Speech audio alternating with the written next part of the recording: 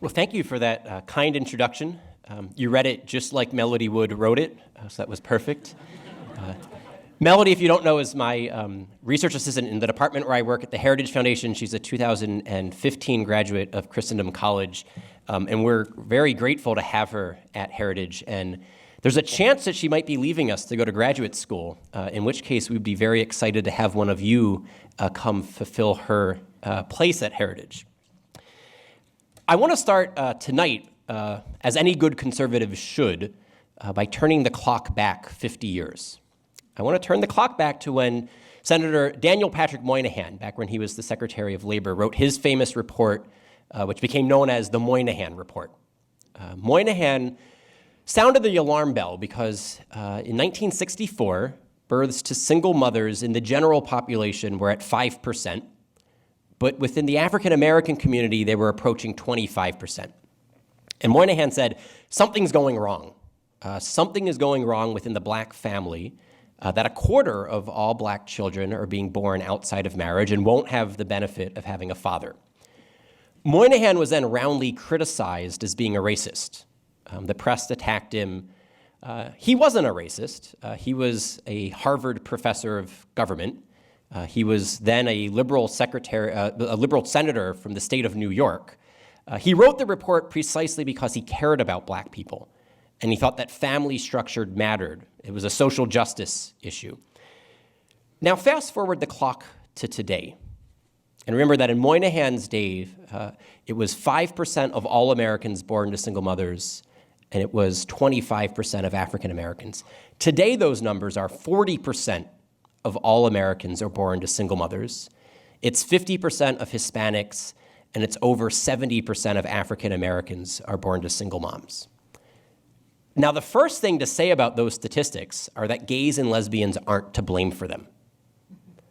The fact that a near majority of all Americans and over a majority of certain segments of Americans are born to single moms is not a problem of gay marriage. Same-sex, nothing caused that problem. But what we just saw at the Supreme Court a year and a half ago is the outflow of a certain logic. And both the births to single mothers statistics and the judicial redefinition of marriage spring forth from a common cause. That common cause is the sexual revolution. That common cause is the 60s. So if you think about this, you have two generations now in which heterosexuals make a mess of human sexuality. They make a mess of the family. They make a mess of marriage through things like cohabitation, premarital sex, non-marital childbearing, the introduction of no-fault divorce laws, and then the more than doubling in the rates of divorce. So you have two generations of straight people who don't take monogamy or exclusivity or permanence seriously. And then that sets up 5 unelected justices on the Supreme Court to say sexual complementarity doesn't matter either. It's only after a culture fails to take marriage seriously within the majority of the culture that you can have an elite sector like the Supreme Court fundamentally redefine what that institution is. So another way of saying this is that gay marriage isn't the cause of our marital problems in the United States, but it's a symptom of them. It's a consequence of them. And it's a consequence that will now function as an accelerant. The redefinition of marriage, especially the judicial redefinition of marriage, now has the potential to exacerbate the collapse of marriage within the United States and to raise new challenges for religious freedom. And so that's mainly where I'm going to focus tonight, is the religious freedom challenges. But first, what I want to do is suggest there are 3 lessons that we can learn in how to respond to Obergefell. Obergefell is the Supreme Court case 2 Junes ago that redefined marriage. There are 3 lessons we can learn in how to respond to Obergefell from the pro-life movement. Now, I imagine many, if not most, if not all of you, were in Washington, D.C. this past Friday for the March for Life. Now, why is it the case that over 40 years later, after the Roe v. Wade decision, several hundred of you would board buses would drive to DC and would march for life? What is it that the pro-life movement has done successfully that we could learn from to form a marriage movement in the United States, that we could learn from and how to think about how to respond to the Obergefell decision? So let me go through 3 lessons, and then I'm going to try to leave some time for questions. I might even leave time for answers. So the first lesson from the pro-life movement is that they rejected judicial activism, and they rejected judicial supremacy. They said that Roe v. Wade told a lie, both about the Constitution and about unborn human life. They said the Supreme Court didn't get the Constitution right when it declared that there's a right to kill an unborn child, and it didn't get the dignity of the human person right when it said that certain human beings didn't deserve the law's protection. And now, 40-some years later, this is still an issue. You will see it will be an issue tomorrow when Donald Trump announces who his pick is for the next Supreme Court justice. It'll be an issue in several weeks when the hearings take place for that judicial nominee. We have kept this a live issue. It's not settled law. Many people claimed at the time the Supreme Court settled the abortion issue. And I would say there's probably no issue in American public legal life that is less settled at the constitutional level than the abortion question. It literally is one vote away from being overturned. And that's largely because pro-lifers refused to accept Roe as good constitutional law or as the truth about the underlying moral, philosophical, anthropological issue. The same thing is true on the marriage issue. There's nothing in the US Constitution that requires a redefinition of marriage. The Obergefell decision is judicial activism. It's 5 unelected judges simply replacing their philosophy of marriage for the people's beliefs about marriage.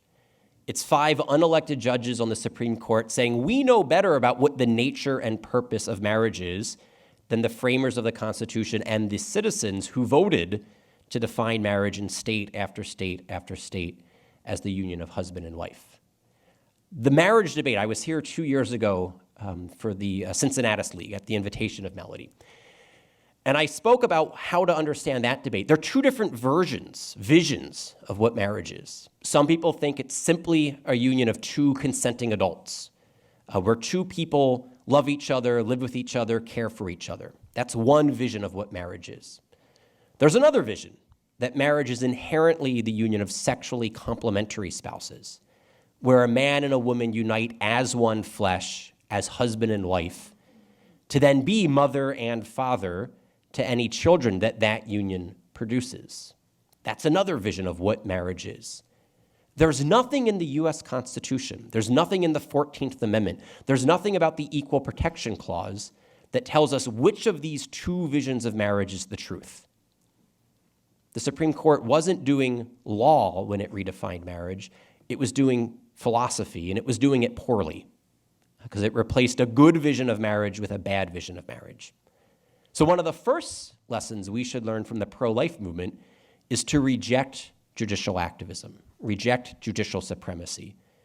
Speak the truth, that the court got this issue wrong. It's not the last word on this subject, and bear witness to the truth. On Friday, you bore witness to the truth about the dignity of unborn human life, and the challenge now will be bearing witness to the truth about the conjugal nature of marriage. So that was lesson 1. Let me move to lesson 2, and this is where the title of tonight's lecture comes from. The second lesson from the pro-life movement is that they said if the Supreme Court has created a right for a woman to choose to have an abortion, we also need to protect the right of Americans to choose not to perform an abortion and to choose not to pay for an abortion. And so it was vitally important that 6 months after Roe v. Wade, Congress passed what's known as the Church Amendment. The Church Amendment is not named for buildings made out of stones with stained glass windows and steeples. The Church Amendment is named for the Democratic senator from Idaho, Frank Church. And Senator Church saw that the court had just issued an aggressive assault in the culture war by striking down pro-life laws in all 50 states. He said the court has just advanced the ball, creating a right to abortion. He said, we as Congress, placing a check and a balance on the court, we should protect the right of citizens not to perform an abortion, not to pay for an abortion. He covered the performance part. It was the Hyde Amendment that subsequently protected the funding part. So what the Church Amendment says, a bipartisan bill that was passed 6 months after Roe, it says that any healthcare entity that receives government funding can't force a nurse or a doctor to perform an abortion. The Church Amendment was then buttressed several years later with the Weldon Amendment, which said that any medical student couldn't be forced into learning how to perform an abortion, and that no medical residency program could force residents to assist or perform an abortion. And then the Hyde Amendment, which said taxpayer funds couldn't pay for an abortion.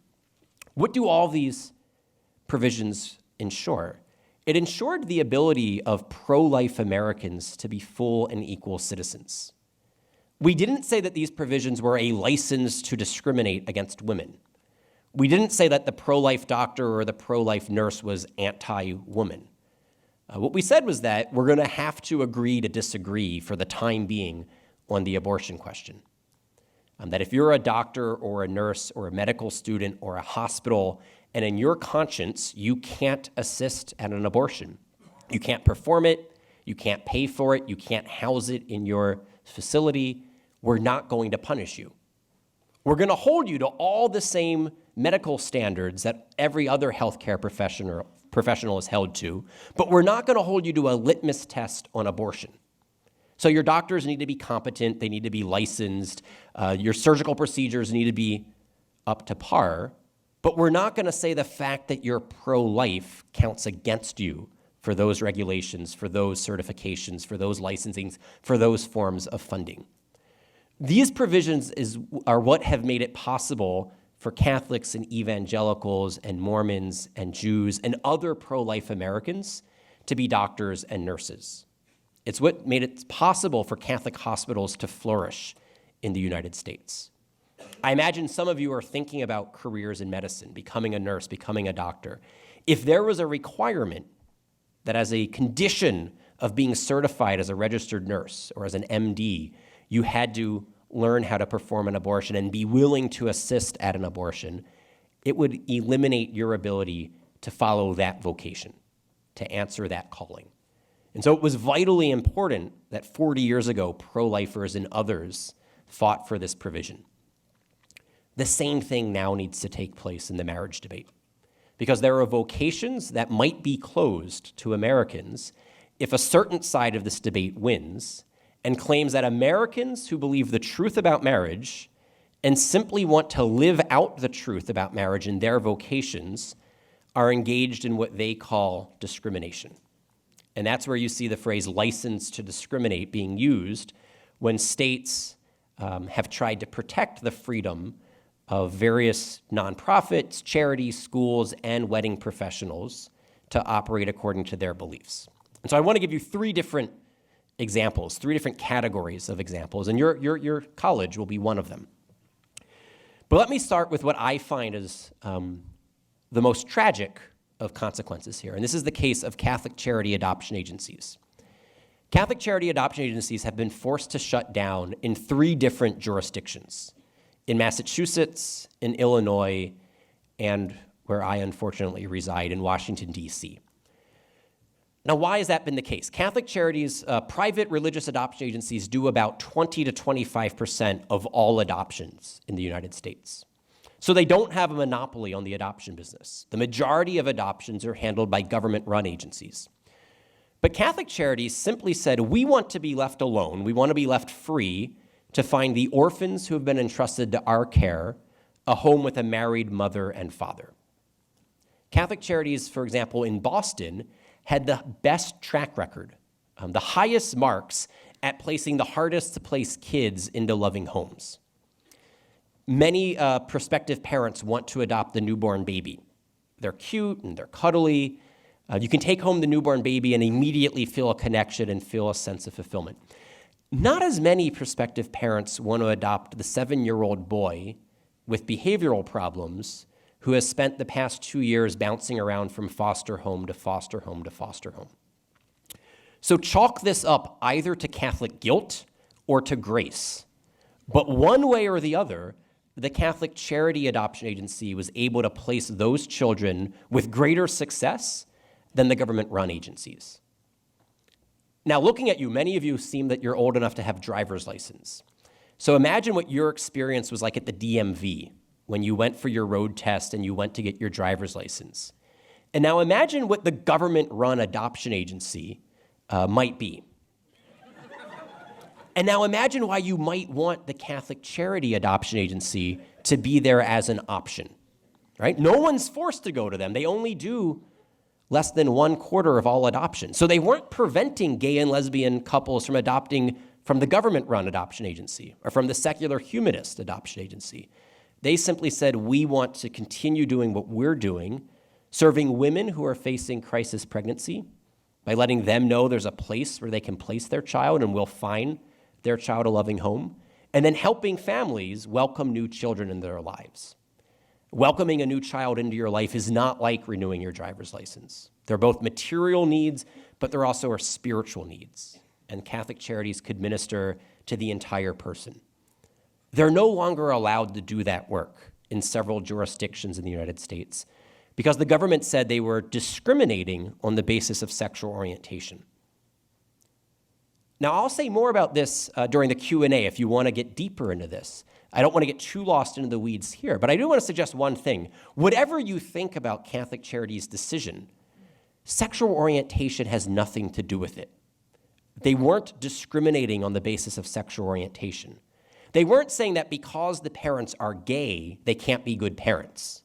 Because the prospective adoptive parents are two moms, and because they're lesbians, they can't love a child. That's not what their reasoning process was. You look at their strain of practical judgments, it was that a mom and a dad aren't interchangeable, that mothers and fathers aren't replaceable.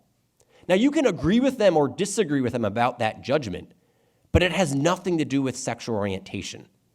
And so it was a misapplication of the law for the state to say that this was sexual orientation discrimination.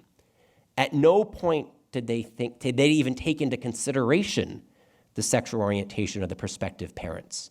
What they took into consideration was sexual complementarity, that men and women are different, that mothers and fathers bring unique gifts to the parenting enterprise, and that children deserve both a mom and a dad. It strikes me that we should be capacious enough of a society to say we can agree to disagree. So even if you think two moms or two dads is the same thing as a mom and a dad, there's no reason to shut down the Catholic Adoption Agency. Simply go to a different adoption agency. Let the Catholics do adoption according to their beliefs. So that's one example. Let me move to another example, the case of education. During the oral arguments for Obergefell, so just about 2 years ago, it was 2 years ago in April, Justice Alito asked the Solicitor General of the United States, what's going to happen to Christian schools who continue to teach that marriage is the union of a man and a woman? Will the federal government treat them like racist schools? And in particular, he asked about the Bob Jones University precedent, in which the IRS revoked the nonprofit tax status of Bob Jones University, an evangelical fundamentalist school that had a campus policy against interracial dating. And he said, are you going to treat Orthodox Jewish, Roman Catholic, Evangelical, Latter-day Saint, Mormon, Muslim, various schools who believe this, are you going to treat them like racists? And the answer from the Solicitor General was chilling. I was in the courtroom that morning, and there was almost like an audible gasp, because what he said was, I don't deny it, Justice Alito, that's going to be an issue. I don't deny it, it's going to be an issue. Now, if you're trying to persuade the majority of the justices to vote your way, there were other answers available. He could have said, oh, Justice Alito, believing the man-woman marriage thing, that's fundamentally different than being a racist. You know, we think they're wrong, but we don't think they're racists. And as a result, the federal government would never treat them like racists for all of the following reasons. He could have said, yes, it's rational to believe we're created male and female, and that male and female are created for each other, and that moms and dads aren't interchangeable. It's rational, But at the end of the day, we don't think that's the best policy. And therefore, whereas racism is irrational, it's based only on animus, only on white supremacy, only on various forms of bigotry, we wouldn't treat people who disagree with us about marriage in the same way. It's not what he said. He said more or less, it's going to be an issue and we'll cross that bridge when we get to it.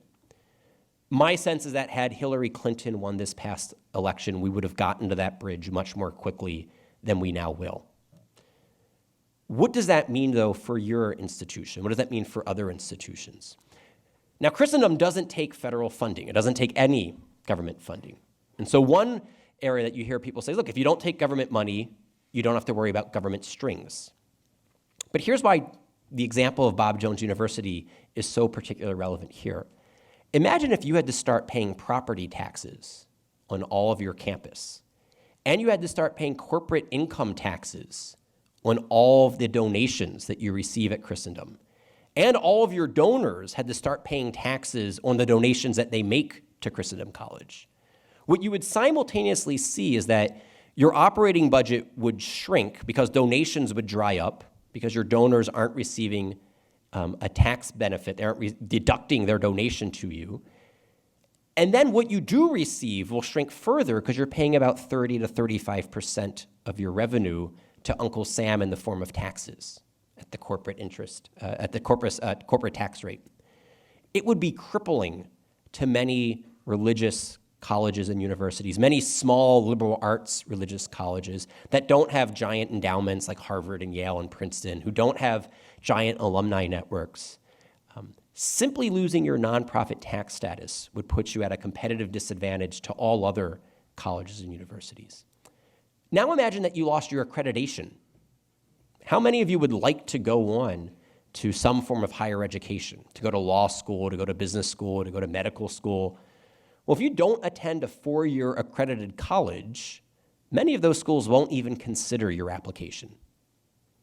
This came up at Gordon College, an evangelical school outside of Boston, which simply because their president signed a letter to President Obama saying, if you order a federal anti-discrimination executive order protecting on the basis of sexual orientation and gender identity, please include a religious liberty protection for schools like Gordon.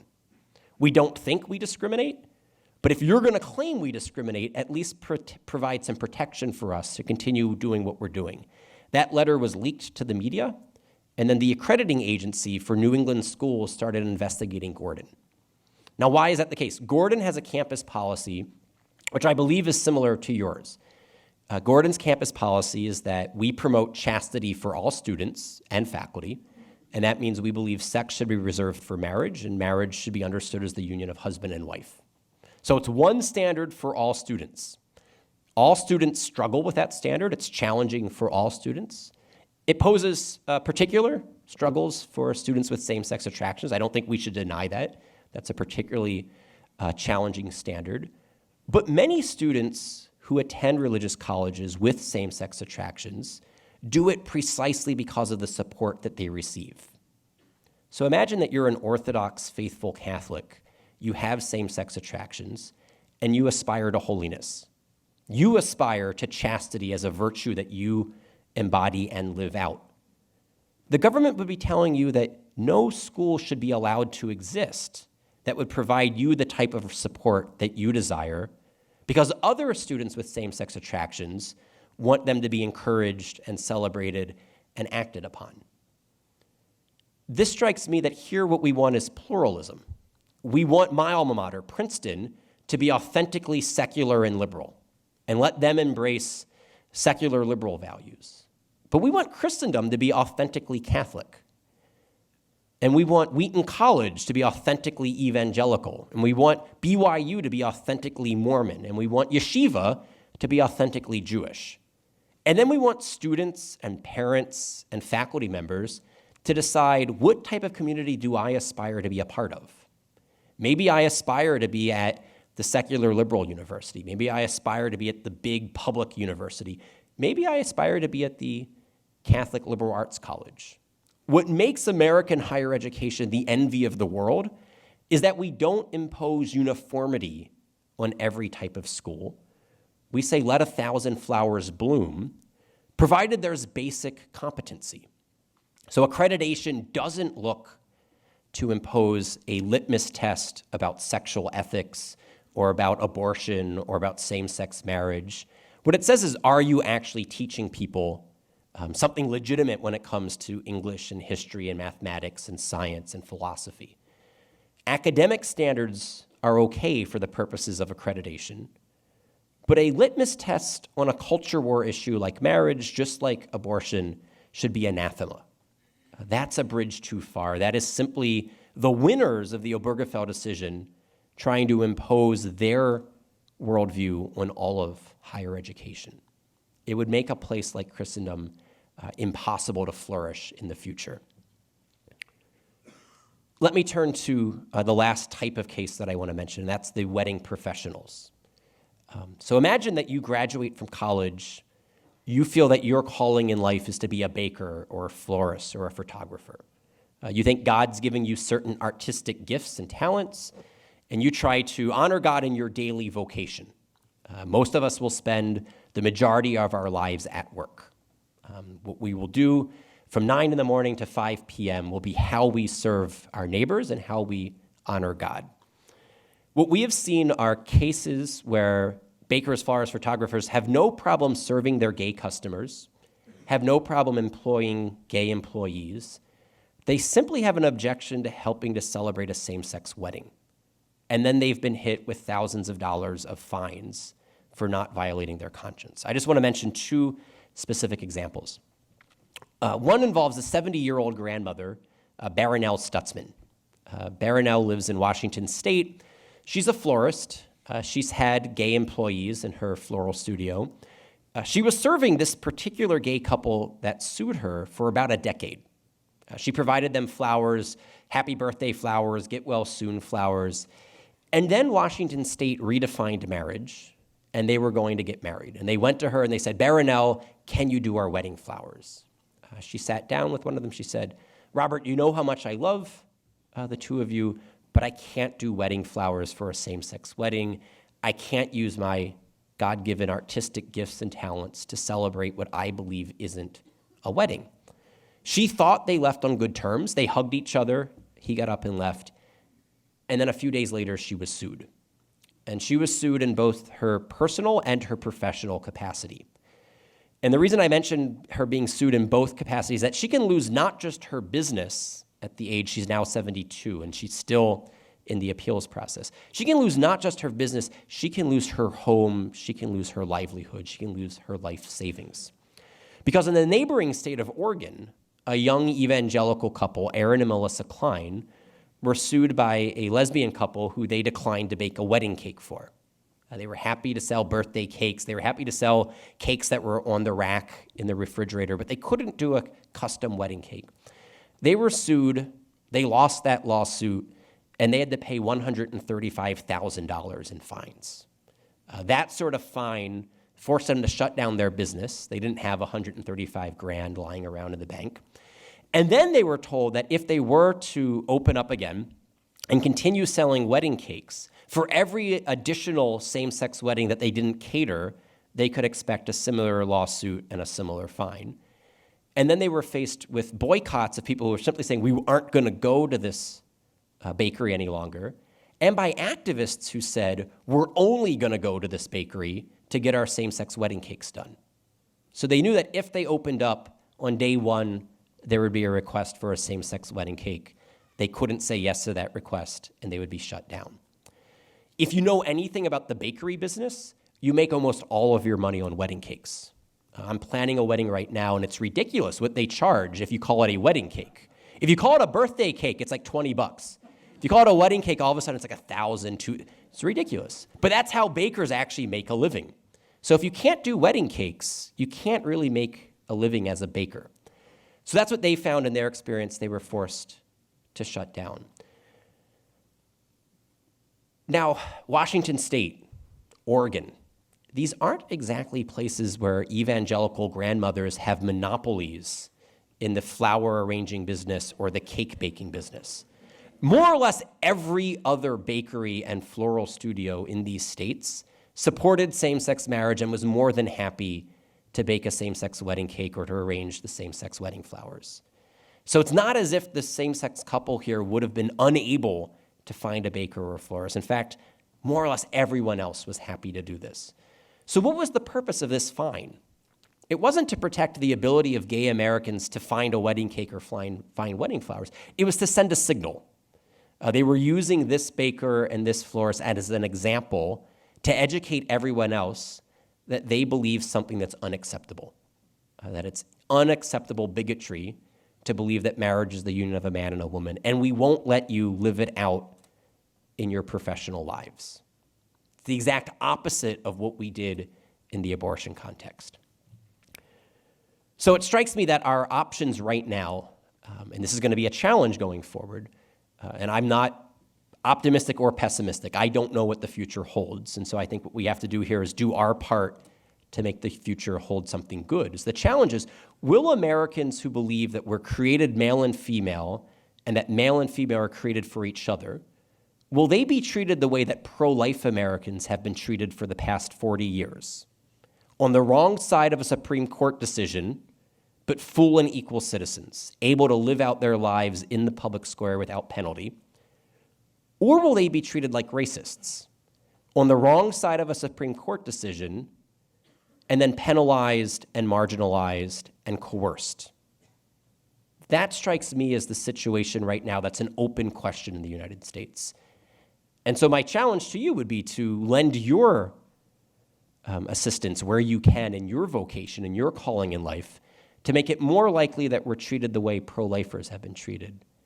Because we're on the side of truth here. We're not asking for a right to be wrong. We're not asking for a religious liberty exemption to do our own thing, where our own thing is some crazy harebrained idea. We're asking for the right to live out the truth and to bear witness to the truth.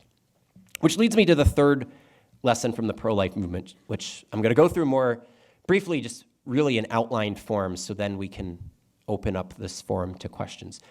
But the pro-life movement wasn't content simply to, one, say the Supreme Court got this case wrong, and two, don't coerce us. They didn't simply say, Supreme Court, bad judicial activism, protect our religious freedom. The pro-life movement said both of those steps, step one and step two, are at the service of step three, which is to make the case in the public square. The pro-life movement said, we don't just want to keep our hand clean, don't force us to perform abortion. They said, we're going to bear witness to the truth about the dignity of unborn human life.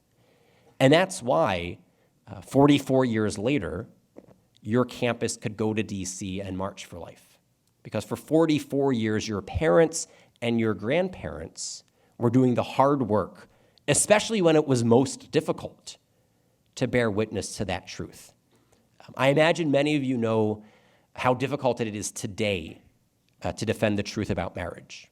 Perhaps not on this campus, but when you go back home for Christmas vacation or for summer break, when you go out into your first job after you graduate, you'll see how difficult it is in mainstream secular society. That's what it was like in the 70s and the 80s for the pro-lifers after Roe v. Wade. Elite universities weren't giving tenure to professors with the wrong beliefs about abortion. They weren't even interviewing them and hiring them in the first place. Someone like Princeton, Robbie George is the exception that proves the rule. Point to the other adamant, outspoken pro-life faculty members at Princeton during the 80s and the 90s, and they're virtually non-existent. There was a litmus test, not at the level of government penalty, but at the level of popular culture. And so you don't see many elite sectors of society embracing pro-lifers then. Today, it's much easier to be pro-life. It's much easier today to say that you defend the dignity of the unborn child and of the mother, that you're both pro-life and pro-woman today. You can make that argument in the public square and in elite sectors of society much more easily than in the 70s and the 80s because of the work that your parents and grandparents did. The same thing now needs to take place on the marriage question. If you want to leave a future for your children and your grandchildren where they can live out the truth about marriage and bear witness to the truth about marriage and it not be something that will kill their career, it'll be up to what you decide to do in the next few years. And I want to give you four different concrete examples, pieces of advice that I've learned from the pro-life movement on how to do this.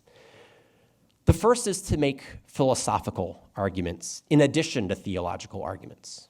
The pro-life movement said that our basic argument rests on philosophy and science. There's nothing distinctively Catholic about being pro-life. All you need to be is pro-rational. If you believe in science and you believe in reason, you can come to the conclusion that the unborn human being has a right to life.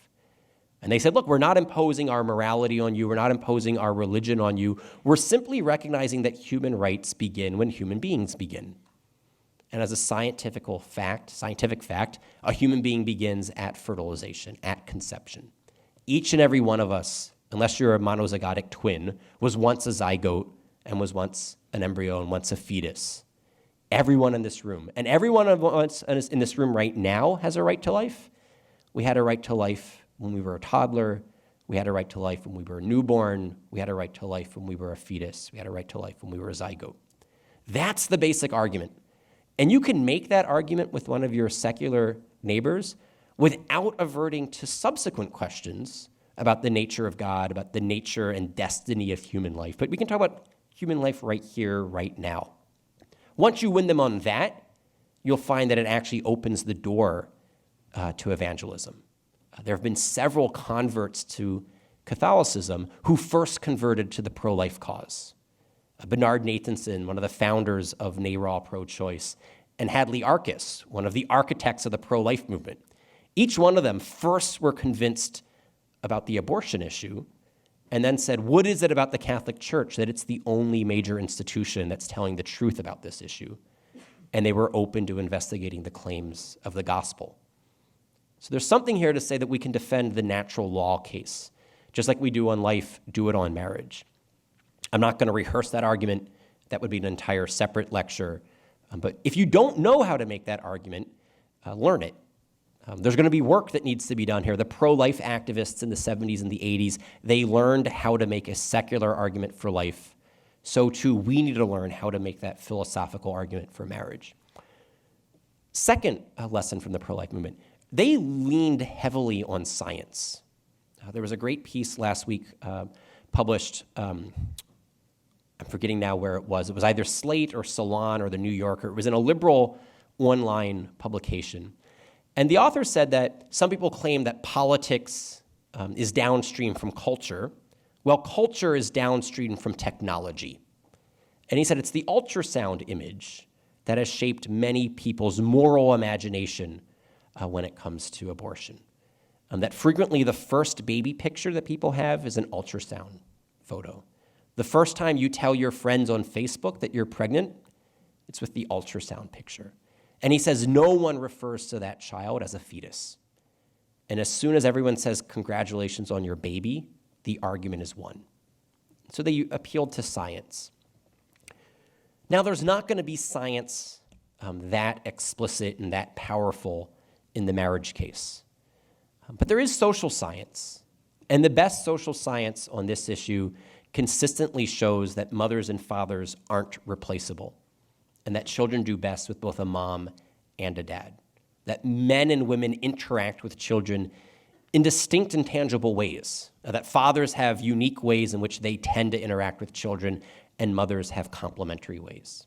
You can see this if I tell you that on a Saturday morning, one of the parents is in the living room wrestling with a 5-year-old boy, and this parent's teaching the boy that it's okay to put people in headlocks, but it's not okay to bite or to pull hair or to gouge out eyes. Which parent is most likely in the living room? And the laughter suggests that I don't even need to finish that sentence. It's not because of some global conspiracy of gender stereotypes in which generation after generation has formed young men to want to wrestle. It's what comes natural to guys. It's what guys enjoy doing with each other. We enjoy roughhousing with each other, and it's what dads enjoy doing with their sons. And when sons don't have this form of what sociologists call rough and tumble play, they tend not to be able to control their anger. They tend not to be able to control distinctively masculine aggression. So a boy whose father at age 5 is wrestling on the living room carpet, and at age 10 is tossing a football in the backyard, and at age 15 is teaching his son how to tie a tie and how to get ready for his first high school dance, he's helping his son develop into a man and channel those distinctively masculine tendencies constructively rather than destructively. So boys who grow up without their fathers are more likely to commit crime, less likely to graduate from school, more likely to go to jail, less likely to be employed. And we see that this is true even when there's a second mother in the home. Whether that second mother is the grandmother, which is the most common type of same-sex parenting in the United States, it's a child's mother and grandmother raising a child together, or when that child's second mother is a same-sex partner. Neither of those second mothers replaces the missing father. This isn't what the media tells you. I can give you ream after ream after ream of amicus briefs from the left saying that there's no difference between same-sex parenting and opposite-sex parenting, but not a single one of those studies that those amicus briefs cited used large, random, or representative samples. And if you know anything about social science, to draw a conclusion about a population at large, you need a sample that's representative of the population, which is why you need at least a representative sample and preferably a large random sample at that. So learn the social science on this. Learn how to show both the philosophical and the scientific argument of these things. Third lesson from the pro-life movement, they found better spokespeople and they told stories. They didn't just rely on the philosophy and the science, and they didn't just have old, white, gray-haired men lecture the public about the evils of abortion. What they found were young, articulate women, people like Lila Rose, who could speak about how abortion harms both unborn children and their mothers. And they found women who had experienced abortions, who had suffered through abortions, and who regretted their abortions, and who could speak about how abortion didn't solve their problems, but created new problems and could share their stories. And so you see organizations like Feminists for Life and Silent No More.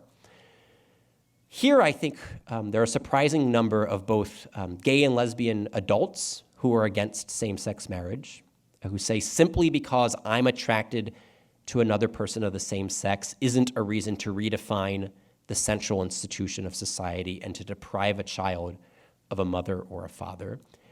And you have now adult children of same-sex couples, children who were raised by two moms or two dads, now speaking out against gay marriage.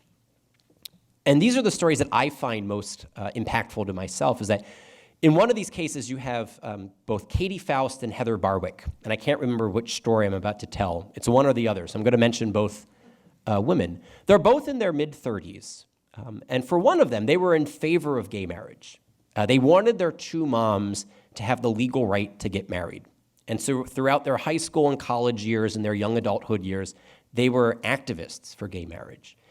And it's only after they got married to a man and they saw what their husband was doing for their children, how their husband fathered their children, that they were able to articulate to themselves what they had missed out on by not having a father.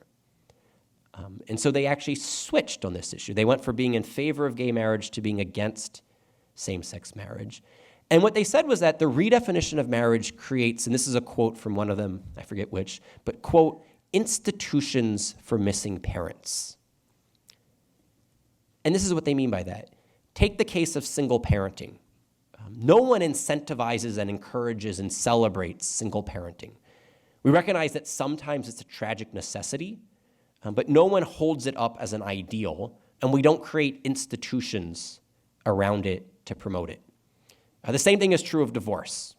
No one goes out and says, one day I hope I'm a divorced dad. It's not something that we hold up as an ideal. We don't create institutions around it. We don't promote it or celebrate it. And as a result, a child being raised by a single parent, a child being raised by divorced parents, is given the freedom to say, hey, this divorce has been really hard on me. I know you both love me, but it's been really difficult having gone through this. Or in the case of the single parent, it's really hard that dad doesn't care, that dad disappeared, that he didn't man up. And we as a society legitimize those voices and those children. And what either Katie or Heather were saying was that with the redefinition of marriage, we now create an institution for the missing parent, and then we stigmatize the child who says this is difficult. And here's what they mean by that. First is that the redefinition of marriage leads to a redefinition of parenthood, which leads to a redefinition of childhood. So we now see the problem of surrogacy being exacerbated with same-sex marriage. And this is just like the example which I opened with. This is a problem that straight people created. The IVF industry in the United States is entirely unregulated. I call it an industry on purpose because it's largely a money-making procedure here in the United States. No regulations. It creates many, many more embryos than are ever implanted, and many of the embryos that are implanted are subsequently destroyed. They call it selective reduction. So you have this problem that already exists, and now it's exacerbated in the case of same-sex marriage, because many same-sex couples desire a child of our own. So say you're a same-sex male couple. One of you can provide the sperm, but you will have to buy someone's eggs, and you will have to rent someone's womb for 9 months. And so right there at the beginning, there's the question of exploitation of the woman who will be the surrogate mother. Most upper middle class, college-educated women don't volunteer to be surrogate moms. It tends not to be people at the upper end of the socioeconomic sphere. It tends to be people down on their luck, predominantly people from minority communities, people without college educations, frequently people overseas. So there's lots of surrogacy tourism and exploitation of women overseas. So that's one problem that this gives rise to. But then the second problem is that you're creating that child from the very moment of conception to then be deprived of either a mother or of a father by design. It's not through some accident that something went wrong and there's a single parent, that a marriage didn't work out, there's a divorced parent. By intention, by design, this is now being viewed as equality. So the first part of tonight's title, Marriage Equality, redefining marriage redefines parenting, which then redefines childhood. So one of the amicus briefs at the Supreme Court was from the perspective of several children who've been raised by same-sex couples. And they said a generation ago, when we went to guidance counselors at our high schools, when we went to therapists and we said, hey, it's hard being raised by two moms or two dads, not having the other mom or a dad, the therapists empathized with us. And they said, yes, it is. How can we get through this? They say children today, when they express those feelings, are told, you're suffering from internalized homophobia. The problem is not with your family structure, the problem is with you. And that's what Katie or Heather were getting at when they said that redefining marriage creates institutions for missing parents. Now, I can tell you that story, and it has a certain level of impact on you. Having Katie or Heather at this podium telling you their story and about how they still love their two moms, and yet they still missed out on having a dad, and that they still don't want to redefine marriage so that other children go through their experience, that's even more powerful. And so one of the lessons from the pro-life movement, find additional and better speakers. All right, let me go to the fourth lesson from the pro-life movement and then some concluding remarks. The fourth lesson is that the pro-life movement ministered to people in need. It wasn't just they talked a good game about being pro-life. They've set up the largest network of pregnancy centers in the United States. It's such a large network that if you look at Lila Rose's most recent video from Live Action, when she calls up all of the Planned Parenthoods and says, hey, do you offer prenatal care? They actually refer people to CareNet, CareNet being one of the crisis pregnancy center networks. The pro-life activists in America didn't just say we're going to oppose abortion. They said we're going to do things to help women in need. The Sisters of Life in New York City take women into their homes, help them when they're going through an unplanned pregnancy, help them make a choice for life, make a choice in accordance with their values, and then either place that child for adoption or help these mothers raise their children. There are networks all across the United States. There's one about 3 blocks from where I live in DC, the Capitol Hill Pregnancy Center. staffed almost exclusively by volunteers, funded almost exclusively by small donors, doing concrete aid to women in need. The question now is, what does that look like in the same-sex marriage context? If you're not in favor of gay marriage, what are you in favor of for people with same-sex attractions? And that's going to be a question that your generation answers.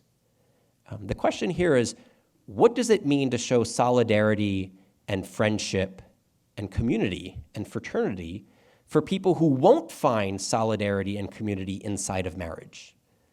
One of the arguments that we made in the What is Marriage book is that the bad vision of marriage simply collapses marriage with companionship in general. It says that whatever marriage is, it's just the highest degree of companionship. And we think that gets marriage wrong. So if marriage is about a certain type of relationship, a comprehensive union, a conjugal union, a union of one flesh ordered towards procreation and the bearing and rearing of new life, that leaves many different and other types of companionship available that are non-erotic, that are non-sexual, but are still meaningful. A part of our problem is that we're placing all of our eggs in the basket of eroticism. And we have a dearth of male friendship in the United States today, for example. This is why so many revisionist historians say, oh, Abraham Lincoln, he must have been secretly gay because he had all these intense male friendships. No, it's just that their culture had a much healthier culture of male friendship than our culture does. So the challenge now is, when Thanksgiving and Christmas roll around, what will you do to reach out to people in your community who won't be able to marry because they're not attracted to that form of communion? They have same-sex attractions. They're striving to live out the truth. They're striving to live out chastity. Are you inviting them to your family's home for Thanksgiving dinner and for Christmas Eve celebrations? Are you inviting them to be the godfather or the godmother to your children? Are you helping them find other forms of meaningful community outside of the redefinition of marriage? It strikes me that that's going to be an important witness from the Christian and the Catholic community in particular, to say that while we're against redefining marriage, we're not against gay people. So let me close with two lessons from two popes. Another way, every Catholic should close with two lessons from two popes. And it's going to be John Paul II and Benedict XVI. That was a joke. It's true, but there's also an implicit joke there. Wrong crowd. All right. John Paul II. John Paul II was a young bishop at the Second Vatican Council. And he was there, actually, he might have been emeritus. No, Ratzinger was emeritus. All right, John Paul II, young bishop at the Second Vatican Council. He writes one of the first schemas for Gaudium et Spes. And one of his analysis is that something that's gone wrong in the church and in the world is a crisis of anthropology. That the 20th century's problems are fundamentally about getting the nature of the human person wrong. And the examples he pointed to, he said, look, we just had 2 world wars, we had 3 totalitarian regimes, we had the Gulag, we had the Holocaust. What we did here was that we eclipsed God, and we thought that would elevate man, but what it really did was it simply diminished man. It made man a cog in the machine. He then extended that analysis when it came to abortion in his Gospel of Life encyclical.